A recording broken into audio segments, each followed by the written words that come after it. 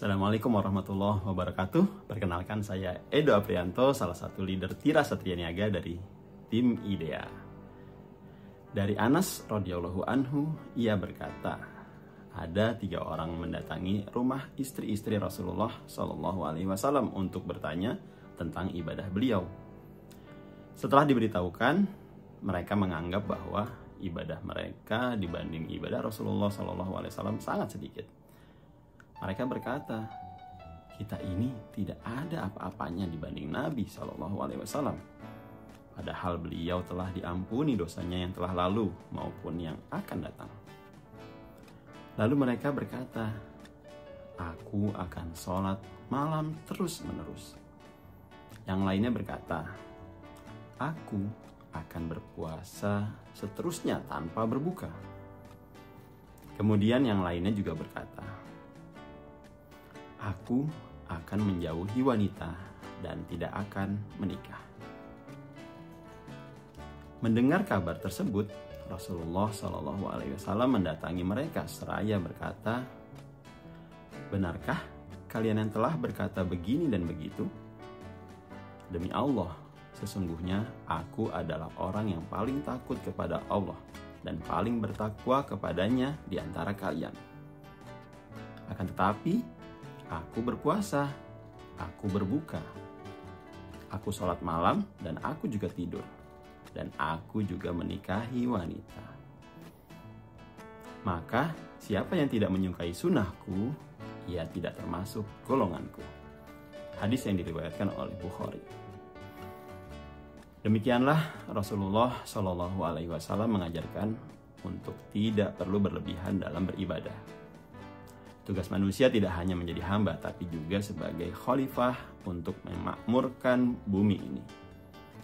Ibadahnya tidak hanya bersifat vertikal kepada Allah Subhanahu wa Ta'ala, tetapi juga bersifat horizontal kepada sesama manusia dan juga alam semesta.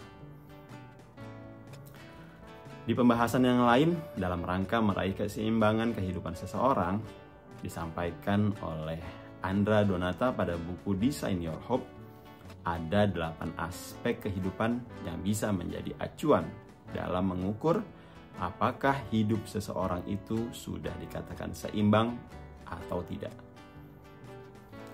8 aspek ini biasa disebut Wheel of Life atau roda kehidupan, yang diadopsi dari buku berjudul Born to Win yang ditulis oleh Zig Ziglar. 8 aspek ini adalah, yang pertama, aspek karir, yang kedua, aspek mental, yang ketiga, aspek keuangan, keempat, aspek pengembangan diri, yang kelima adalah aspek kesehatan, keenam, aspek spiritual, yang ketujuh, aspek sosial, serta yang terakhir, yang kedelapan, aspek keluarga. Bagaimana tingkat kepuasan teman-teman selama ini dari 8 aspek tersebut di atas? Coba direnungkan dan dievaluasi kembali 1-2 tahun belakangan ini. Apakah sudah kita memiliki tingkat kepuasan dari masing-masing 8 aspek dalam kehidupan kita ini? Saya akan bahas satu persatu dari 8 aspek Wheel of Life ini agar teman-teman bisa memahami secara lebih jelas. Yang pertama adalah aspek karir. Seberapa puas dengan kondisi karir teman-teman saat ini? Atau seberapa puas dengan kondisi bisnis teman-teman saat ini? Bagi teman-teman yang saat ini menjadi mitra EPC sebagai satu-satunya karir, silakan teman-teman nilai seberapa puas teman-teman menjadi mitra EPC yang teman-teman jalankan saat ini. Yang berikutnya, yang kedua, adalah aspek mental. Aspek mental ini berkaitan dengan bagaimana kita merasa punya confidence yang tinggi terhadap diri kita sendiri. Bagaimana kita mampu mengaktualisasikan diri kita, dan bagaimana kita merasa bisa menghargai diri kita sendiri dan juga bisa menerima segala kekurangan kita. Nah, seberapa puas dengan aspek mental teman-teman selama 2 tahun belakangan ini? Yang ketiga, ada aspek keuangan. Seberapa puas teman-teman dengan kondisi finansial dan juga aset serta material yang teman-teman miliki saat ini atau selama 2 tahun belakangan ini. Lalu berikutnya adalah yang keempat, aspek pengembangan diri. Seberapa puas teman-teman dengan self-development teman-teman, proses belajar teman-teman? Apakah di 2 tahun belakangan ini proses belajar teman-teman terus bertumbuh? Atau mungkin cenderung stagnan? Dan bahkan merasa nggak belajar apa-apa selama 2 tahun belakangan ini. Itu adalah aspek pengembangan diri. Yang berikutnya, aspek kelima, ada aspek kesehatan. Seberapa puas teman-teman di 2 tahun belakangan ini dengan kondisi kesehatan teman-teman? Kondisi fisik, vitalitas, atau kebugaran teman-teman? Bagaimana dengan pola hidup sehat yang teman-teman jalankan selama ini?